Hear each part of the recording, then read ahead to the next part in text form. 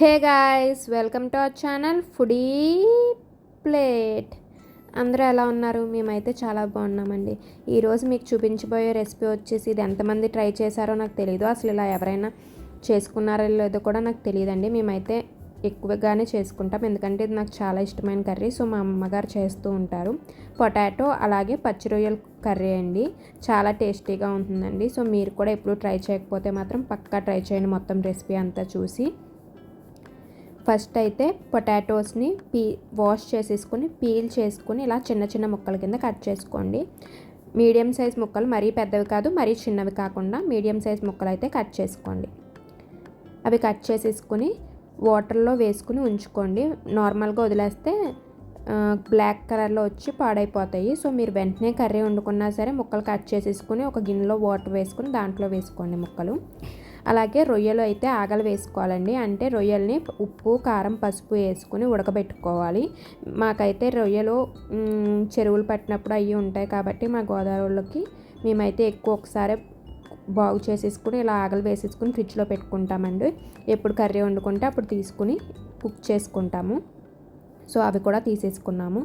ఇప్పుడు ఫస్ట్ అయితే కుక్కర్లో ఆయిల్ వేసుకోండి. ఇది మొత్తం కుక్కర్లోనే చేసేస్తాం కాబట్టి కుక్కర్లోనే కుక్ చేసుకోండి. మీరు కూడా ఆయిల్ వేసుకున్నాక ఆయిల్ హీట్ అయ్యాక దాంట్లో కొంచెం ఆవాలు అలాగే కొంచెం జీలకర్ర కూడా వేసుకోండి. వాటితో పాటు కొన్ని కరివేపాకు రెబ్బలు కూడా వేసేసుకోండి.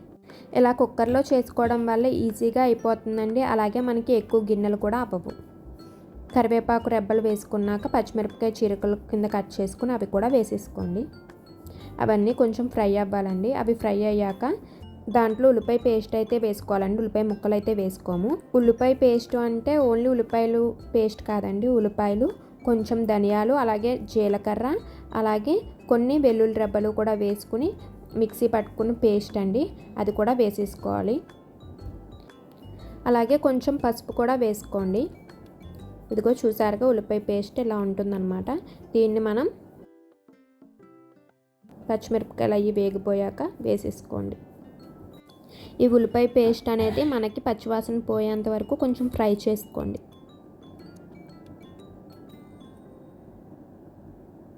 ఇవి ఫ్రై అయ్యేలోపు చింతపండు గొజ్జు కింద తీసుకుని ఉంచుకోండి. చింతపండు మీకు గొజ్జు కొమ్మిని రావాలి అనుకుంటే చింతపండులో హాట్ వాటర్ పోస్తే మీకు ఈజీగా గొజ్జు త్వరగా వచ్చేస్తుంది. ఇప్పుడు వేగుతున్న ఉల్లిపాయ పేస్ట్లో కొంచెం తగినంత ఉప్పు కూడా వేసేసుకోండి. ఉప్పు వేసుకున్నాక ఒకసారి బాగా మిక్స్ చేసుకుని మళ్ళీ ఫ్రై చేసుకోండి. ఉల్లిపాయ పేస్ట్ మనకి ఫ్రై అయిపోయింది అనుకున్న టైంలో కొంచెం కారం కూడా వేసేసుకోండి. దీనికి కారం ఎక్కువే పడుతుందండి, ఎందుకంటే నాన్ వెజ్ కర్రీ కాబట్టి మీకు కారం ఎక్కువగా ఉంటే టేస్ట్ బాగుంటుంది. కారం వేసేసుకున్నాక ఒకసారి మళ్ళీ మిక్స్ చేసేసుకోండి. ఇప్పుడు దాంట్లో ఇందాక మనం కట్ చేసి పెట్టుకున్నాం కదండి పొటాటో పీసెస్, అవి కూడా వేసేసుకోండి. ఇదిగో చూసారుగా వాటర్లో వేసుకుంటే ఏంటంటే మీకు పొటాటోస్ అనేవి ఫ్రెష్గా ఉంటాయి. సో అలా వేసుకోండి. పొటాటో పీసెస్ వేసుకున్నాక ఒకసారి మిక్స్ చేసుకుని మూత పెట్టి ఒక 3 to 5 minutes కుక్ చేసుకోండి.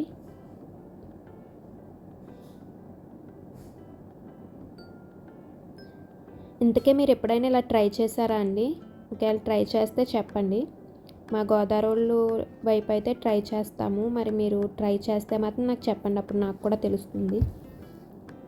ట్రై చేయకపోతే మాత్రం పక్కా ట్రై చేయండి. చూసారుగా ఇప్పుడు కొంచెం పొటాటో పీసెస్ కొంచెం మగ్గాయి అనుకున్నప్పుడు ప్రాన్స్ కూడా వేసేసుకోండి. ఉడకబెట్టుకున్న ప్రాన్స్ వేసేసుకున్నాక ఒకసారి మళ్ళీ మిక్స్ చేసేసుకొని మళ్ళీ ఇంకో 3 to 5 minutes అయితే మళ్ళీ మూత పెట్టుకొని మగ్గనిచ్చుకోండి.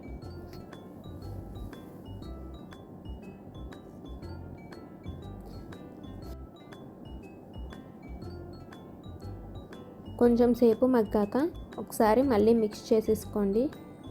మిక్స్ చేసుకుని దీంట్లో కొంచెం గరం మసాలా కూడా వేసుకోండి. గరం మసాలా వేసుకున్నాక ఒకసారి మళ్ళీ మిక్స్ చేసుకుని చింతపండు పేస్ట్ తీసుకున్నాం కదండి, అది కూడా వేసేసుకోండి. ఆ చింతపండుతో పాటు కొంచెం వాటర్ కూడా వేసుకోండి.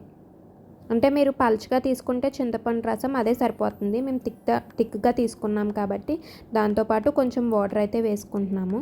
ఎందుకంటే పొటాటోస్ అవి కుక్ అవ్వాలి కాబట్టి. ఇప్పుడు వాటర్ వేసేసుకున్నాక చింతపండు పేస్ట్ అది వేసుకున్నాక ఒకసారి బాగా మిక్స్ చేసుకుని కుక్కర్ అయితే లిడ్ క్లోజ్ చేసి విజిల్స్ అయితే పెట్టేసుకోండి. అండ్ మర్చిపోయిన చెప్పడం, ఇప్పుడు మీరు ఒకసారి ఉప్పు అది సరిపోయిందా లేదా అన్నది కూడా చూసుకోండి. ఏమన్నా ఉప్పు ఎక్స్ట్రా పడుతుంది సరిపోలేదు అనుకుంటే మళ్ళీ వేసుకోండి. మాకైతే సరిపోలేదని మళ్ళీ వేసుకున్నాం, ఎందుకంటే చింతపండు రసం వేసుకున్నాం కాబట్టి ఇప్పుడైతే కరెక్ట్గా తెలుస్తుంది. సో ఇప్పుడే చెక్ చేసుకోండి.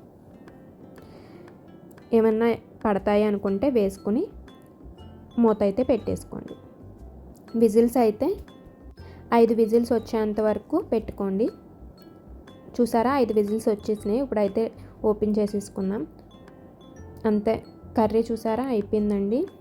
ఇప్పుడు ఒకసారి మీకు ఇంకా థిక్గా రావాలి అనుకుంటే మళ్ళీ స్టవ్ ఆన్ చేసుకుని ఒకసారి కుక్ చేసుకోండి. ఆ కుక్ అవుతున్న టైంలో కొత్తిమీర కూడా వేసేసుకోండి. లాస్ట్లో కొత్తిమీర వేసేసుకొని ఇంకొకసారి మిక్స్ చేసేసుకొని స్టవ్ అయితే ఆఫ్ చేసేసుకోండి. అంతేనండి, ఎంతో టేస్టీగా ఉండే బంగాళదుంప రొయ్యల కూర అయితే రెడీ అయిపోయిందండి. ఈ కర్రీ మనకి రైస్తోకి బాగుంటుంది, అలాగే చపాతీ పుల్కాలోకి కూడా చాలా టేస్టీగా ఉంటుంది. ఇంకా సర్వ్ చేసుకుని తినేయడమేనండి. ఈ వీడియో కనుక మీకు నచ్చినట్లయితే లైక్ చేయండి, అలాగే మీ ఫ్రెండ్స్ అండ్ ఫ్యామిలీతో షేర్ చేసుకోండి. మా ఛానల్ ఇంకా సబ్స్క్రైబ్ చేసుకోకపోతే వెంటనే వెళ్ళి సబ్స్క్రైబ్ చేసుకుని పక్కనున్న బెల్ ఐకాన్ క్లిక్ చేయండి. అప్పుడు మేము ఇలా వీడియో పెట్టగానే మీకు అలా నోటిఫికేషన్ వచ్చేస్తుంది. Thank you for watching. See you in the next video with a new recipe.